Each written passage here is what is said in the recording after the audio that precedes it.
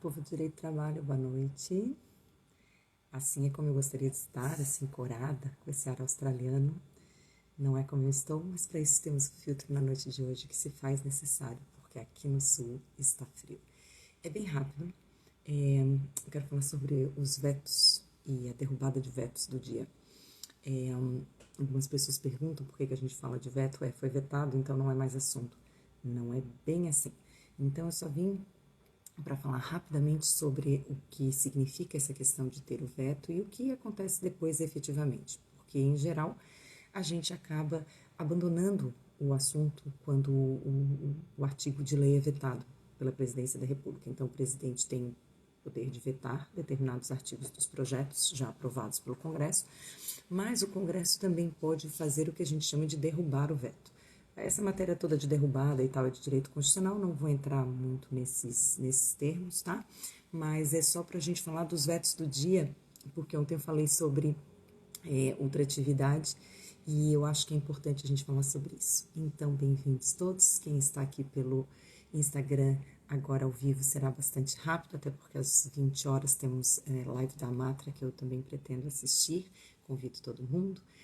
Quem estiver assistindo já no GTV, então isso já aconteceu, então pode acompanhar por aqui e eu vou subir para o YouTube, então quem estiver no YouTube, no canal Evoluindo Direito do Trabalho, seja bem-vindo, curta, compartilhe, inscreva-se no canal, ative o tal do sininho para as notificações que eu vou ficar muito feliz e compartilhe com quem você acha que pode aproveitar esse conteúdo. Bom, eu quero falar para vocês de alguns vetos que foram derrubados agora, que eu acho que são bem importantes, tá? Fazendo a minha cola habitual, né? A Lei 14.201, que foi sancionada no dia 7 de julho, determina que os povos indígenas, as comunidades quilombolas e demais povos tradicionais sejam considerados grupos em situação de extrema vulnerabilidade, portanto, de alto risco para emergência. Estamos falando de Covid, eles são um grupo bem problemático em relação a isso.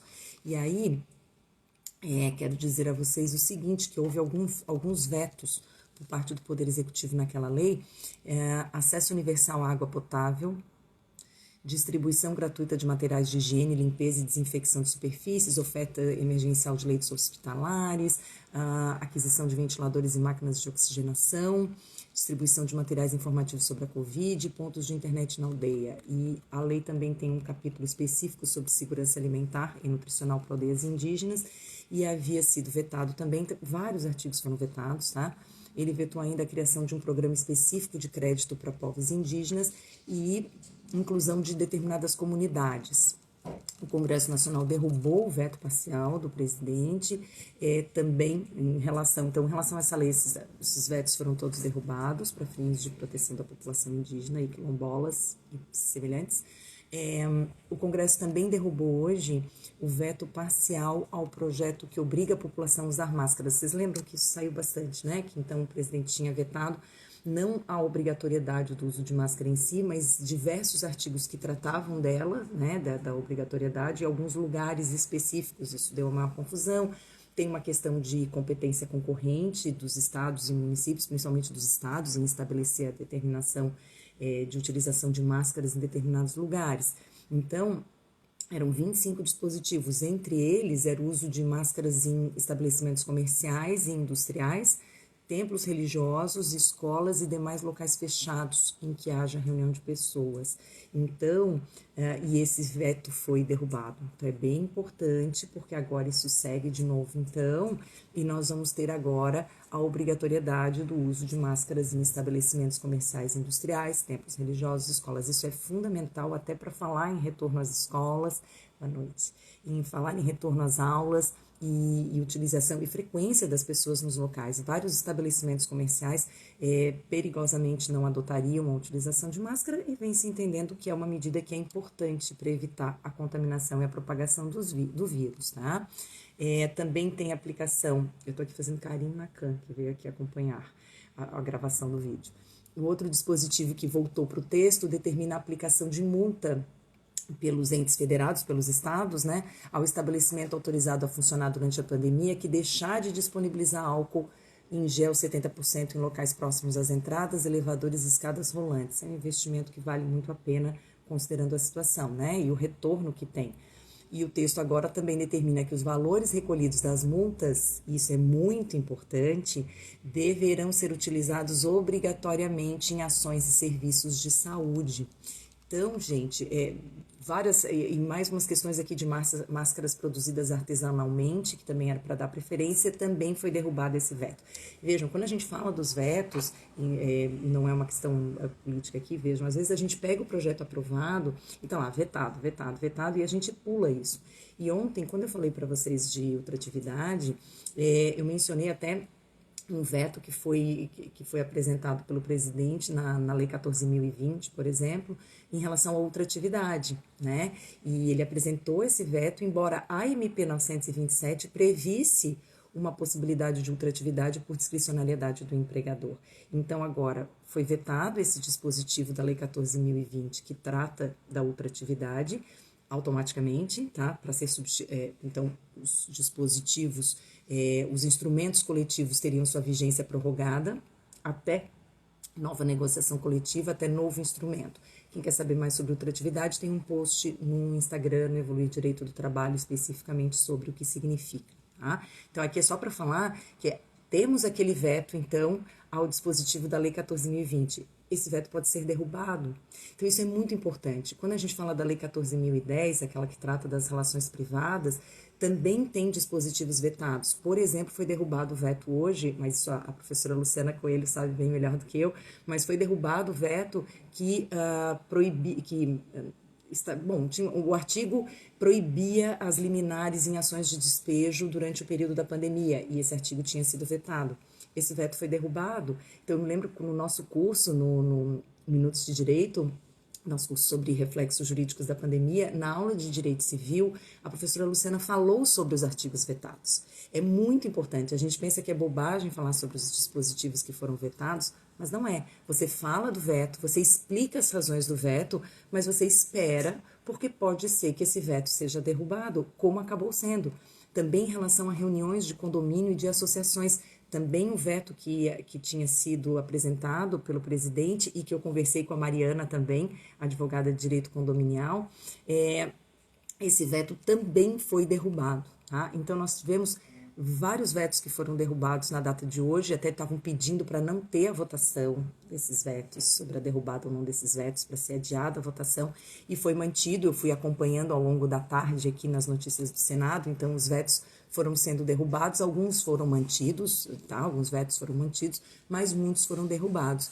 Inclusive, e aí, é só para ter uma noção, porque eu vou certamente gravar sobre isso no podcast Drops de Direito do Trabalho, então saiu a Lei 14.043, que é a que institui o Programa Emergencial de Suporte a Empregos, a conversão da MP 944.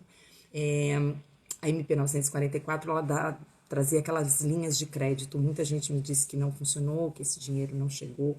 Enfim, são questões operacionais e não propriamente da previsão legal. E agora a gente tem a Lei 14.043, que é fruto desse projeto de conversão. E ela também teve uma série de vetos.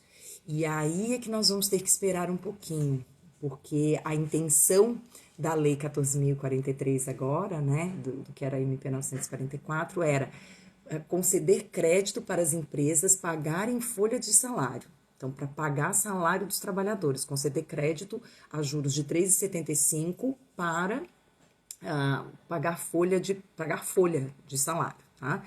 Então, esse era o objetivo, por um período, inclusive com a obrigatoriedade de manutenção dos postos de trabalho. A gente sabe que isso também afastou alguns empregadores.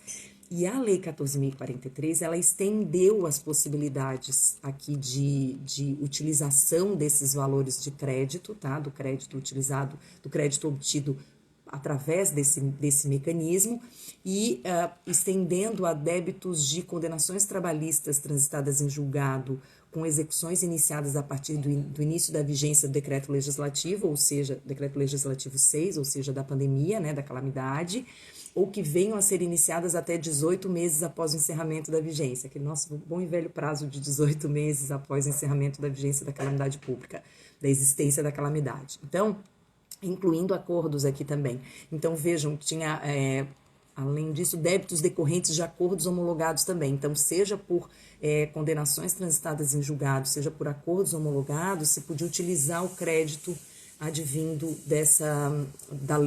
da lei, tá, gente? Porque a MP 944 não falava disso, não. Então, já era uma novidade da Lei 14.043, ou seja, não dá para dizer, puxa vida, eu peguei o crédito, aquele crédito que eu peguei na vigência da MP, posso usar agora para pagar acordo trabalhista? Não, não pode. Por quê?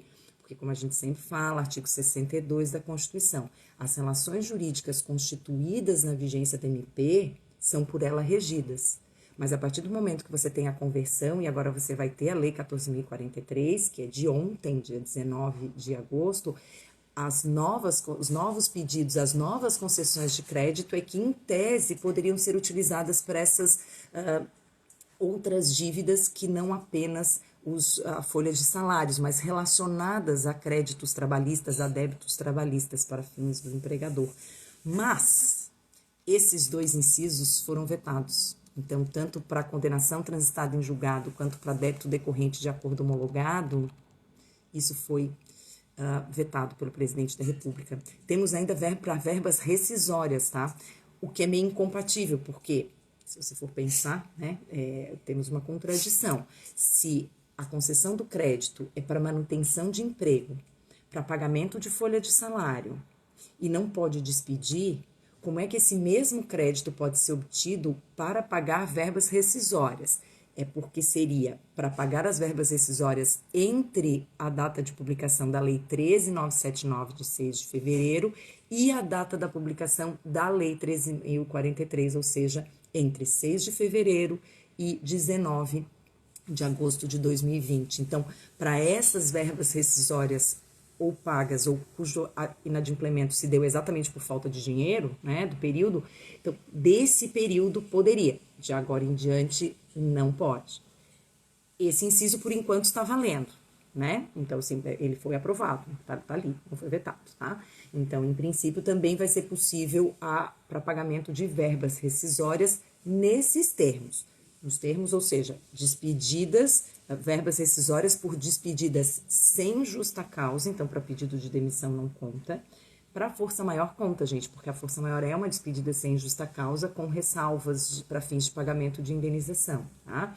Mas para esse período até a entrada em vigor da lei. Então, depois vou fazer o podcast devidamente sobre todos esses dispositivos, todas as alterações, porque a gente tem podcast já sobre MP 944. Então, é como eu fiz com a Lei 14.020. O que eu faço são episódios no podcast sobre as alterações e novidades. Então, o que tiver de diferente, a gente fala, né? O que já foi falado sobre a MP 944 que ficou igual, eu não torno a falar, porque, né, assunto a gente já tem bastante, né, meu povo? Até acho que amanhã eu venho de novo para falar de mais decisões interessantes do TST e do STF, que agora toda sexta eu quero escolher uma. Espero ter tempo de poder fazer isso, porque eu estou preparando muitas aulas para os novos cursos, tá? Então, gente, outros dispositivos que foram vetados, o que eu quero dizer é isso, a Lei 14.043, ela tem uma série de artigos vetados também. Então, eu digo para vocês, primeiro, quando pegarem o texto de lei que está lá vetado, procurem o veto, para saber do que se trata, sabe? Eu fiz isso com a Lei 14.020, acho que é uma coisa bem importante, está no prazo ainda para derrubada ou manutenção do veto, então isso pode ser muito importante para a utilização depois, tá? Até, como eu já falei antes, as razões do veto, elas podem ser úteis depois em ações diretas de inconstitucionalidade, em pedidos de declaração incidental de inconstitucionalidade, em incidentes de inconstitucionalidade nos tribunais, então podem ser utilizadas no futuro. E também como fundamentação, como argumentação realmente para o futuro. Então, se o presidente diz em uma hora que pode ultratividade por discricionariedade do empregador, mas não pode ultratividade automática, pode ultratividade se o próprio instrumento coletivo tiver a previsão dessa ultratividade? Então, a gente pode usar para montar diversos raciocínios. E se depois os vetos estão derrubados, muita gente não está prestando atenção. Então, às vezes, são derrubados os vetos e a pessoa acha que aquele artigo não vale, tá? Então, eu adoro emoji. Pode mandar todos os emojis que sejam fofos, né? E sorridentes. Enfim, com mais alegria e muito coração. Então, gente, eu só vim para falar, então, sobre a importância da gente publicar prestar atenção nesses vetos que acontecem. A gente não tem o hábito de fazer isso. Quando a gente vê que está vetado, a gente abandona aquele dispositivo, e nós temos diversas possibilidades de depois os vetos serem derrubados. Vários estão sendo derrubados. Falei dessa questão dos indígenas porque é uma coisa muito, muito importante, e a utilização das máscaras também. Então volta a valer. Então tem gente que diz assim, mas o presidente vetou. Mas hoje foi derrubado o veto. Então, templos, igrejas, escolas, estabelecimentos comerciais, uso obrigatório de máscara, inclusive com aplicação de multa. Então, a multa é válida e a destinação da multa para tratamento de saúde do Covid. Isso é uma coisa muito importante. A gente tem destinado na Justiça do Trabalho as multas também para isso. As multas que são administrativas e que a gente pode fazer isso, né? Então, esses vetos foram derrubados e outros podem vir a ser. Também esse da legislação específica de direito civil. Vou pedir para a Luciana fazer uma live para falar sobre isso, inclusive, a professora Luciana Coelho, porque eu acho que vai ser uma coisa muito importante e vai complementar para quem não comprou o curso, não tem o curso da pandemia, Reflexos Jurídicos da Pandemia, que está lá nos Minutos de Direito, da Mariana Gonçalves, já está lá disponível, gravado, então, para quem quiser. Tá bem? É mais uma novidade, são mais itens para tratar no curso de atualização e no curso compacto de Direito do Trabalho, Legislação Trabalhista na Pandemia. É assim, gente, a gente pisca e acontece. Até quando tem o veto, depois tem a derrubada do veto, né? Então, uma boa noite para vocês, muito obrigada, até a próxima.